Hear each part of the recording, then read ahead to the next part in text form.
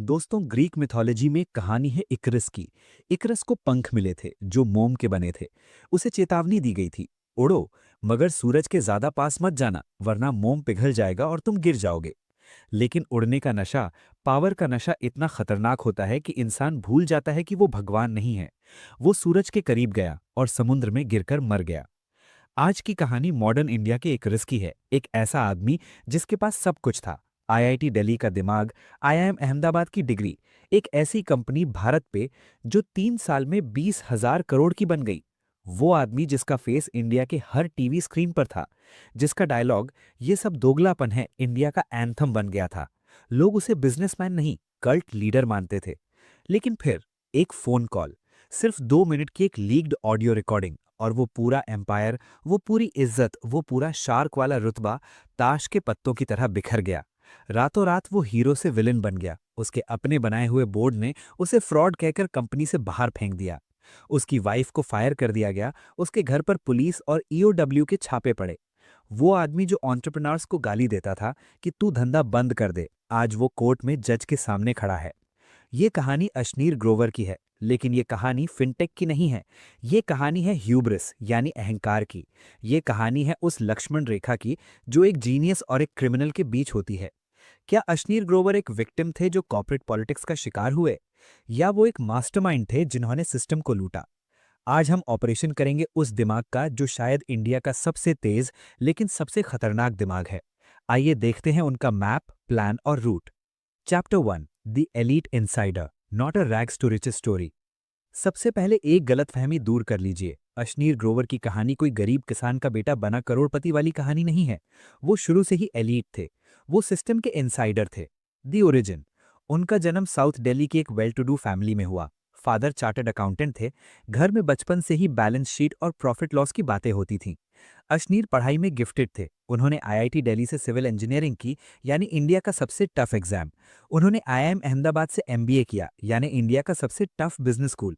लोग पूरी जिंदगी लगा देते हैं इनमें से किसी एक में घुसने के लिए। अशनीर ने दोनों टॉप किए। The banker mindset, 2006-2015। कॉलेज के बाद अशनीर ने कोई स्टार्टअप नहीं खोला। उन्होंने ज्वाइन किया कोटक इन्वेस्टमेंट बैंकिंग। 7 साल। ये 7 साल बहुत इंपॉर्टेंट है उनकी साइकोलॉजी समझने के लिए। इन्वेस्टमेंट बैंकिंग में आप क्या करते हैं? आप बड़े बिजनेसेस को बिकते हुए देखते हैं।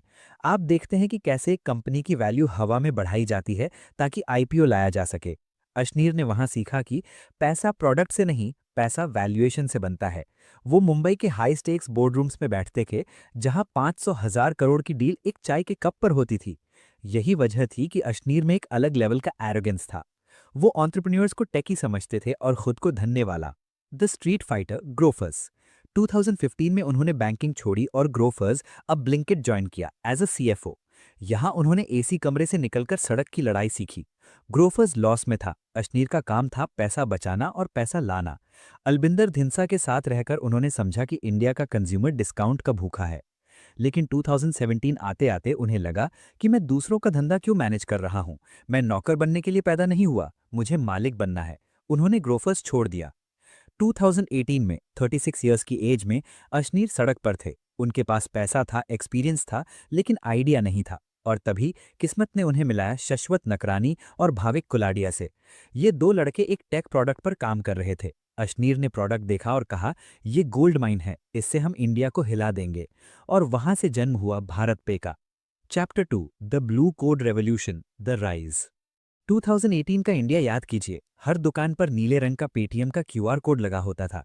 पेटीएम मार्केट का राजा था। विजय शेखर शर्मा गॉड थे। लेकिन अशनीर ने उस राजा की सबसे बड़ी कमजोरी पकड़ ली। The problem. उस वक्त अगर दुकानदार पेटीएम के क्यूआर कोड से पेमेंट लेता था तो पेटीएम उससे 1.5% कमीशन यानी एमडीआर काटता था।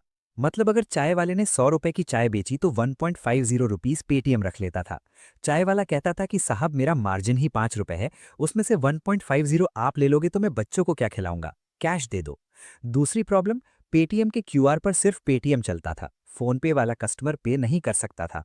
दुकानदार की टेबल पर 4-5 क्यूआर कोड पड़े रहते थे। The master stroke.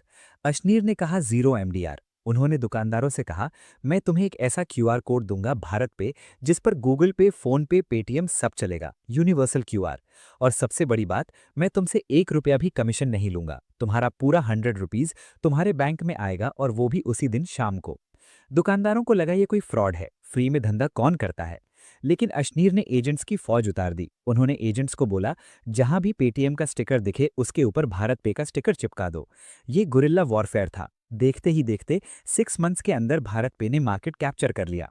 पेटीएम को मजबूरी में अपना कमीशन जीरो करना पड़ा। अशनीर ने इंडिया के सबसे बड़े फिनटेक जायंट को घुटनों पर ला दिया था। The revenue trap. लेकिन सवाल ये था, अगर कमीशन नहीं ले रहे तो पैसा कैसे कमाओगे, कंपनी चैरिटी तो है नहीं।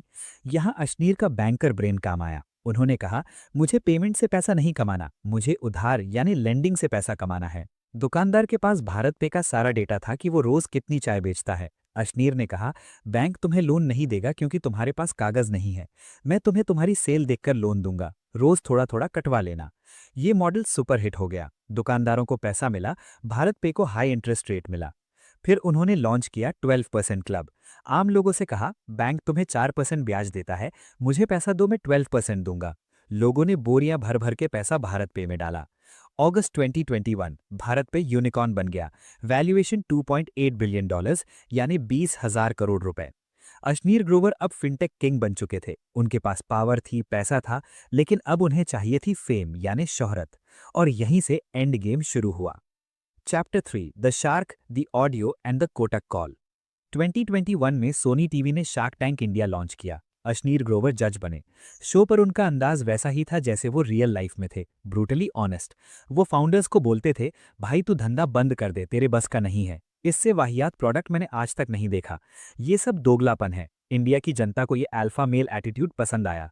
अशनीर रातों रात सेलिब्रिटी बन गए, उनके मीम्स वायरल होने लगे, वो इंस्टाग्राम रील्स पर छा गए। The God complex. फेम का नशा शराब से ज्यादा खतरनाक होता है। अशनीर अब खुद को इनविंसिबल यानी अजय समझने लगे थे।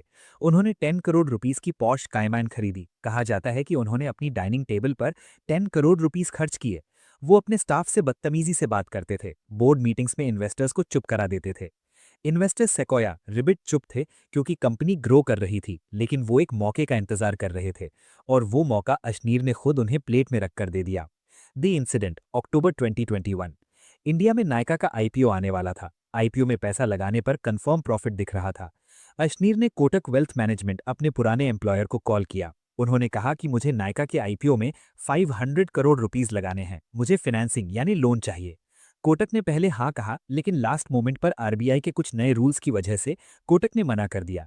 अशनीर का दिमाग हिल गया। उन्हें लगा कि उनका करोड़ों का प्रॉफिट हाथ से निकल गया। मेरे जैसे बड़े आदमी को मना कैसे किया।